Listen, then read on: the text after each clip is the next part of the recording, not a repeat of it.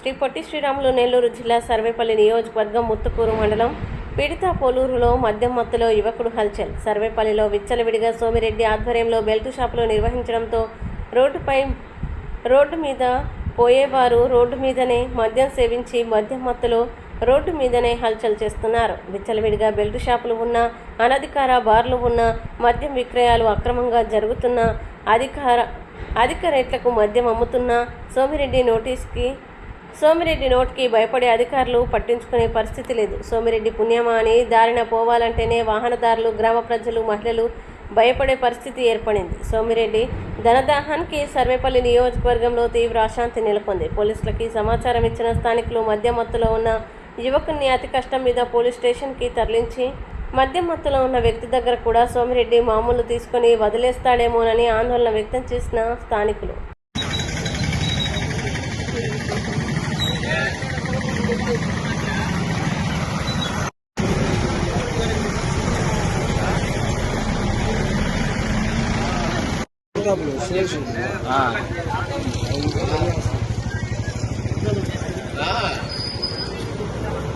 ఇదేంటండి ఎంతసేపు పోలీసులు రాకుండా మాకాయ వార్త కాదు